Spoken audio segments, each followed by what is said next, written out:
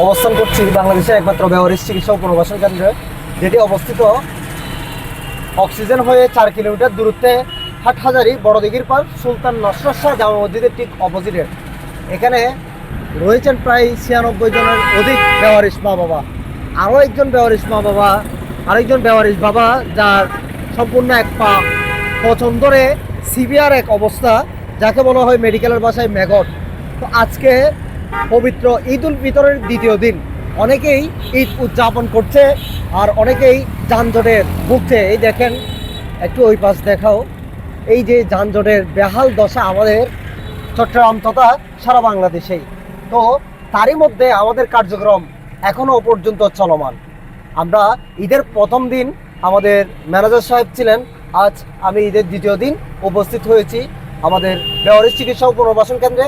আমাদের কার্যক্রম থেমে নেই, সব সময় চলমান। আপনারা এখনও পর্যন্ত যদি রাস্তায় এরকম ব্যবহারিক মা বাবা যেগুলো ম্যাগট অবস্থা পছন্দ রয়েছে, তাদেরকে আপনারা যে কোনো মুহূর্তে থানায় একটি জিডি করে আমাদের হসপিটালে নিয়ে আসতে পারেন। তো আমি আমার পাশে রনি ভাই এবং আমাদের জিদান রয়েছে, আমি জিজ্ঞাসা করব কোন জায়গা থেকে তারা এই পেশেন্টটিকে রেস্কিউ করে এখান পর্যন্ত নিয়ে আসছেন। যদি রনি ভাই বলতেন কোথায় পেলেন ওনাকে? আমি পাইছি যে ওনাকে নয়ারহাট গাজী ফার্মের সামনে রাস্তার পাশে পড়ে আছে উনি। আচ্ছা আচ্ছা। তো আমি এটা জানছি যে আরেকজনের মাধ্যমে, আমার একজন বড় ভাইয়ের মাধ্যমে জানছি। তো আমি বাসা থেকে আবার ফ্রেশ হয়ে তারপর বাইরে আসছি, আসার পর দেখতেছি ওনাকে রাস্তার পাশে পড়ে আছে। আচ্ছা, থানায় গিয়ে জিডি করাইছেন না? আমরা বাইজিৎ থানায় গেছি আগে, যেহেতু বাইজিৎ থানার এরিয়া ওইটা। বাইজিৎ থানায় গেছি, বাইজিৎ থানায় যাওয়ার পর একটা জিডি করছি।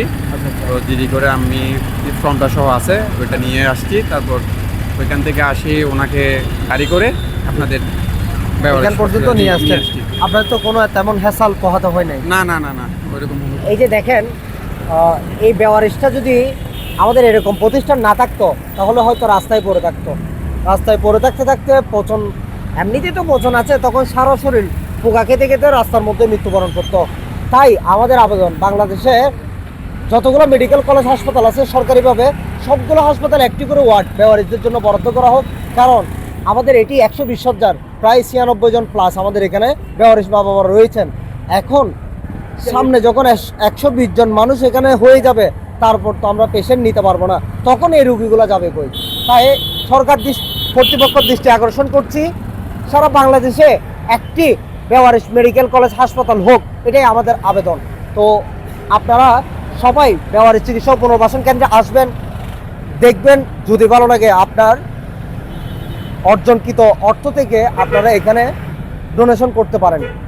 তো সবাইকে ধন্যবাদ। জিদান, তোমার কেমন লাগতেছে এই রোগীকে আনতে পেরে? আলহামদুলিল্লাহ, আলহামদুলিল্লাহ। একটা মানুষ, অসহায় মানুষের রোগী বাইরে পড়েছিল, আমরা যে ব্যবহারিক হাসপাতালে আনে দিছি, এটার জন্য আমাদের অনেক আলহামদুলিল্লাহ, মনে থেকে অনেক শান্তি লাগছে। আজকে তো ঈদের দ্বিতীয় দিন ভাই, ঈদের দ্বিতীয় দিনে আপনারা চাইলে তো এখন ঘুরতে পারতেন, না বেরিয়ে এখানে আসার। ভাই এখন বেড়ানোটা জরুরি না, জরুরি হচ্ছে যে একটা মানুষ রাস্তার পাশে পড়ে আছে, হয়তো ওনার ফ্যামিলি আছে কিনা সেটা তো আমরা জানি না। এখন রাস্তার পাশে পড়ে যেহেতু আছে, একজন মানুষ হিসাবে এটা আমাদের দায়িত্ব, একজন মানুষ হিসাবে এটা আমাদের নৈতিক দায়িত্ব যে একটা মানুষের পাশে এসে দাঁড়ানো।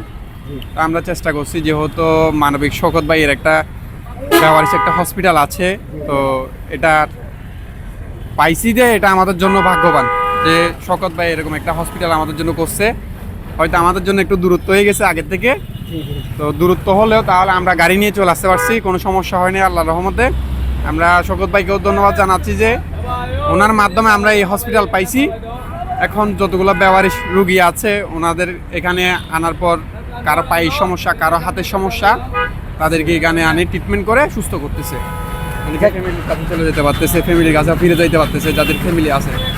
তো ধন্যবাদ জানাচ্ছি মানবিক শওকত ভাইকে।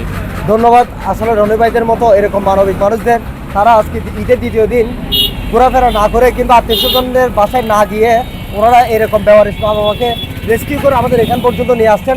এবং আপনাদের কাছে আমি আবেদন করবো, একটু পেশেন্টটাকে দেখাও, যদি ওনাকে কেউ চিনে থাকেন। আমি দেখে ওনাকে খুব মানসম্মত ফ্যামিলির লাগতেছে, হয়তো কোনো অ্যাক্সিডেন্ট জনিত কারণে আজকে রাস্তার মধ্যে পড়ে আছে। তো আপনারা কেউ যদি এই ব্যবহারিক বাবাটিকে দেখতে পান বা চিনে থাকেন, আমাদের ভিডিওটি শেয়ার করবেন। যদি চিনে থাকেন তাহলে আমাদের সাথে যোগাযোগ করে এখান থেকে নিয়ে যেতে পারবেন। তো আমাদের যোগাযোগের নাম্বার হচ্ছে 01819832832। এই নাম্বারে আপনারা যোগাযোগ করলে যদি আপনার স্বজন হয়ে থাকে আমাদেরকে সঠিক তথ্য প্রদান করলে আপনারা আমাদের থেকে ওনাকে সুন্দরভাবে আমরা ওনাকে আপনাদের কাছে হস্তান্তর করে দিব। তো ধন্যবাদ সবাইকে। বেহরের চিকিৎসা ও পুনর্বাসন কেন্দ্র থেকে। আসসালামু আলাইকুম।